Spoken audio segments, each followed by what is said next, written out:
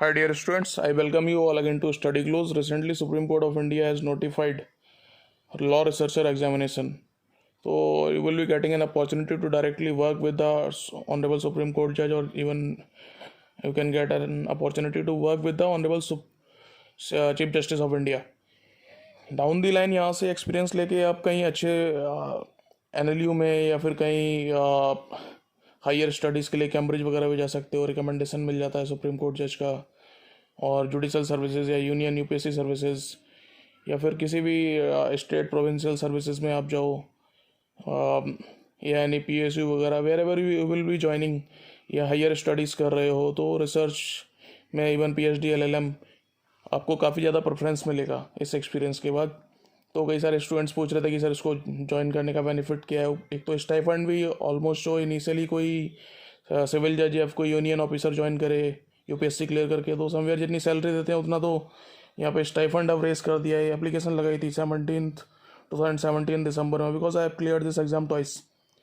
2017 rank 6 all India rank 6 and 2018 all India rank 15. तो इसलिए अपने कैरियर को एक बहुत अच्छा हेड स्टार्ट देने के लिए बाद में डाउन दी लाइन किसी टॉप लॉयर के साथ कंट्री के काम कर सकते हो. SG साहब या फिर ASG या अटॉर्नी जनरल ऑफ इंडिया या किसी बड़े डिफेंस लॉयर के साथ, या खुद जुडिशल सर्विसेज या यूनियन सर्विसेज में जाओ एकेडमिक्स में, या फिर किसी और दूसरे प्राइवेट सेक्टर में भी या PSU में भी कहीं ज्वाइन करोगे, तो everywhere it will be useful. एक माइलस्टोन के जैसे होगा आपके कैरियर में, है ना. और अच्छा खासा स्टाइफंड भी है इससे कि आप बाद में खुद की प्रैक्टिस भी सेट कर रहे हो, तो एक रिस्क टेकिंग एबिलिटी भी आएगी आपके पास 1-2 साल करने के बाद. बिकॉज है क्या कि 80,000 तो वैसे स्टाइफंड मिल रहा है और 90,000 on subsequent extension second year से. अब मैंने इसको करने के बाद इतनी ज़्यादा चीज़ें एनकरेजिंग और पर्सनालिटी में भी काफ़ी इम्प्रूवमेंट आता है, बिकॉज आप फर्स्ट हैंड एक्सपीरियंस ले रहे हो टॉप कोर्ट का, कंट्री के इतने सारे अच्छे लॉयर्स को सुन रहे हो, कंट्री के टॉप लॉयर्स जितने भी बड़े नाम ले सकते हो सबको फर्स्ट हैंड मैंने वहाँ पे सुप्रीम कोर्ट जज के साथ डायस पे बैठ के हम लोग सुनते थे. और बाकी भी research and brief preparation and supreme court जज को ब्रीफिंग करना, एंड बाकी भी इंटरेक्शन रजिस्ट्री के ऑफिसर से, RTI डिपार्टमेंट में काम करना. तो बहुत सारे एक फेसेट आपको एक्सपीरियंस मिलेगा और it will be a milestone in your further career progression. अब उसके बाद मैंने सुप्रीम कोर्ट से रिज़ाइन करने के बाद आई जॉइंड, कैम्ब्रिज का ऑफ़र भी था but I joined Delhi university, because मेरा यहाँ पे अच्छा रैंक आ गया था. NLU में भी आ गया था, तो NLU जोधपुर भोपाल उसका ऑप्शन था. Then I joined Delhi university. यहाँ भी अच्छा रैंक आ गया था मेरा LLM में. फिर उसके बाद NET JRF इमीडिएटली क्रैक किया फर्स्ट सेमेस्टर एंड होते ही LLM में. और यहाँ रिसर्च, यहाँ पे भी एक अच्छा प्रोफेशनल फील्ड के साथ LLM कंप्लीट किया. और काफ़ी एक वैसा स्टूडेंट, मतलब जो रॉ होते हैं उस टाइप से नई चीज़ें पता थी कि यार अब आगे और भी कुछ बड़ा करना है. तो फिर दिल्ली जुडिशल सर्विसेज भी क्रैक किया, वहाँ मेरा कुछ छूट गया था थोड़ा ट्रांसलेशन वगैरह, तो रैंक थोड़ा सा ठीक ठाक था. बट बेसिकली एक मेरिट लिस्ट में आ गया था, बट कुछ पोर्शंस मेरे कुछ क्वेश्चंस छूट गए थे.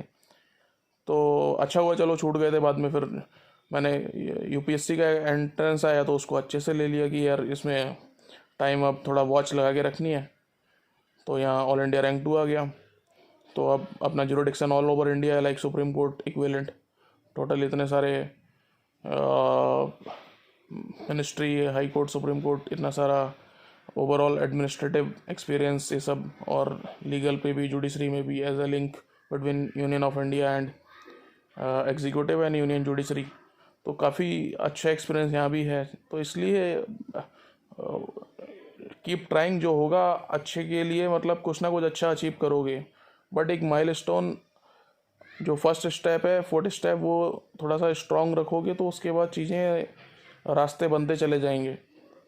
तो इसमें अभी एग्ज़ाम फॉर्मेट में टोटल 6 सब्जेक्ट्स हैं. 15 या 20 क्वेश्चंस आएंगे. Total 100 MCQ, constitution, CPC, CRPC, evidence, contract, है ना, इनसे क्वेश्चन आएंगे. तो इनके 500 MCQ लगा लो अच्छे से विदाउट फेल.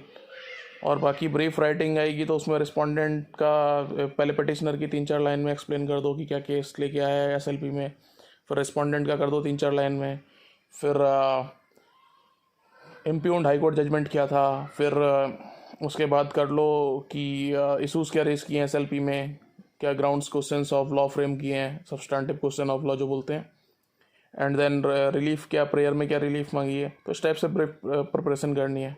एंड बाकी लिंक में देख लो, और फर्दर इसके बेनिफिट्स मैंने एक और ओल्ड वीडियो है उसका लिंक शेयर कर दे रहा हूँ यहाँ पे, तो उसको देखोगे तो काफ़ी आपको जो एलएलएम पीएचडी या फिर प्रैक्टिसिंग एडवोकेट है या final year LLB 3 year 5 year में है, या फिर हाई कोर्ट में या डिस्ट्रिक्ट कोर्ट में सेशन कोर्ट में भी रिसर्चर या कुछ ऐसा ज्वाइन किया हुआ है, उन सबको भी देना चाहिए।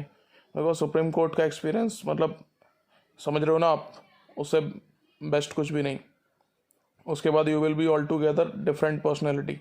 जैसे वो नहीं होता है कि एक जेंटलमैन कैडेट जाता है और फिर ऑफिसर बन के आता है, तो उतना ही डिफरेंस आपको 1.5-2 साल में यहाँ पे आपकी पर्सनैलिटी और आपके अप्रोच में हो जाएगा, अगर अच्छे से इसको कर पाते हो तो। और सबसे अच्छी बात, यहाँ कोई रिजर्वेशन नहीं है, सारी की सारी 100% वैकेंसीज ऑन मेरिट है, क्योंकि सुप्रीम कोर्ट और हाई कोर्ट एपेक्स कोर्ट्स इनमें डायरेक्टली रिक्रूटमेंट में रिजर्वेशन नहीं चलता। तो इसलिए पुट योर बेस्ट एफर्ट्स और माई बेस्ट विशेस, करो अच्छे से। देखो लाइव मैंने भी अपने आप को उसी तरीके से ग्रूम किया, तो कुछ अब कैरियर में अब पूरा इंडिया का चीज़ें देखनी पड़ रही हैं, एडमिनिस्ट्रेशन और अच्छे रैंक वगैरह सारे प्रोफेसरशिप और ये सब भी। तो एक all together you will be a finished product, अच्छी पर्सनैलिटी और अच्छा लीगल, एक अच्छे ऑफिसर इधर इन जुडिशरी और एग्जीक्यूटिव बन के निकलोगे, या फिर कुछ और भी कर रहे हो तो खुद की प्रैक्टिस वगैरह भी, तो you will be all together क्या बोलते हैं, बहुत ही स्टालवर्ट टाइप की एक पर्सनैलिटी बन जाओगे।